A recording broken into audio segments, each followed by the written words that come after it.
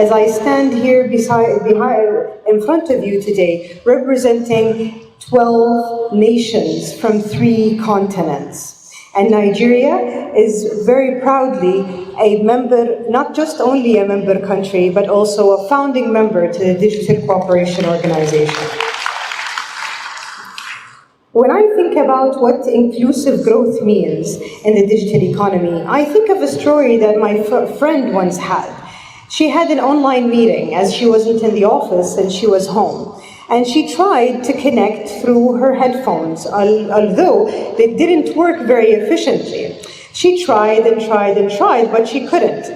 So she texted whom is called the home IT support, which is her 9-year-old son.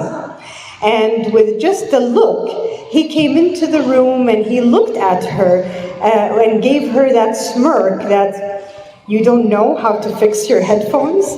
And then he suddenly, in 10 seconds, he played with the phone and she listened to all the call and she was connected. So here, ladies and gentlemen, this common occurrence simplifies how digital knowledge affects digital economy.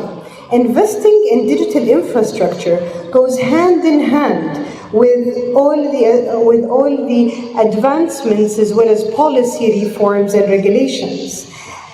Majid, the young son of my friend, had the privilege to have parents that not only have been given just a smartphone, but also has enrolled in academies and also programs that helped him enrich his sciences and also education.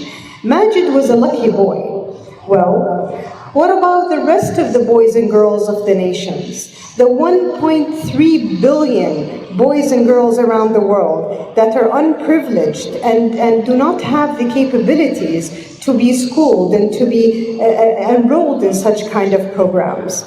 What about the 327 million women that are not connected and have less accessible to affordable technology than men?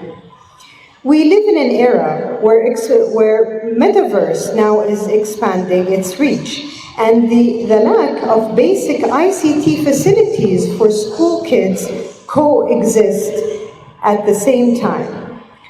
Where one part of the world celebrates 5G, where the other do not even have the basic accessibility to Wi-Fi connectivity.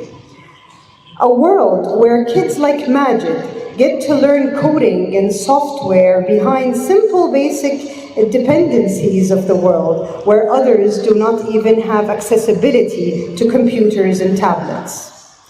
We are all here today because we understand that there is a clear urgency and need to bridge this digital divide, to create a more inclusive digital economy. We see nations around the world working hard to realize these ambitions of their people and communities. We learned in depth today about Nigeria's digital economy policy and strategy. I've admired the country's jumps and leapfrogs and ambitions to have 1 million software developers by the end of the next year, and to digitize and to connect rural Nigeria as well. But one thing all nations strategize have in common is the need to cooperate behind borders.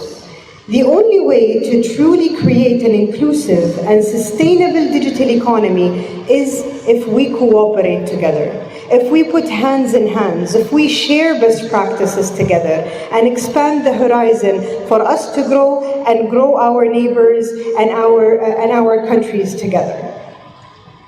For our member nations, the DCO represents 12 countries from 3 different continents that collectively represent 600 million people and a collective GDP of nearly $2 trillion. Now that's a good start, but we're ambitious is to grow bigger and bigger, and we just started this journey. Heavy is the head that wears the crown. And that's the saying we have been hearing for a long time. We don't wear crowns, although But we do carry that heavy responsibility of leaders, not just towards our own people and our children like Majid, but towards all our brothers and sisters in humanity. We've reached to a point in history where we need to focus not only on to be leaders or how to become leaders, but then, as other countries do, but on how we help each other to become leaders together. And that we have had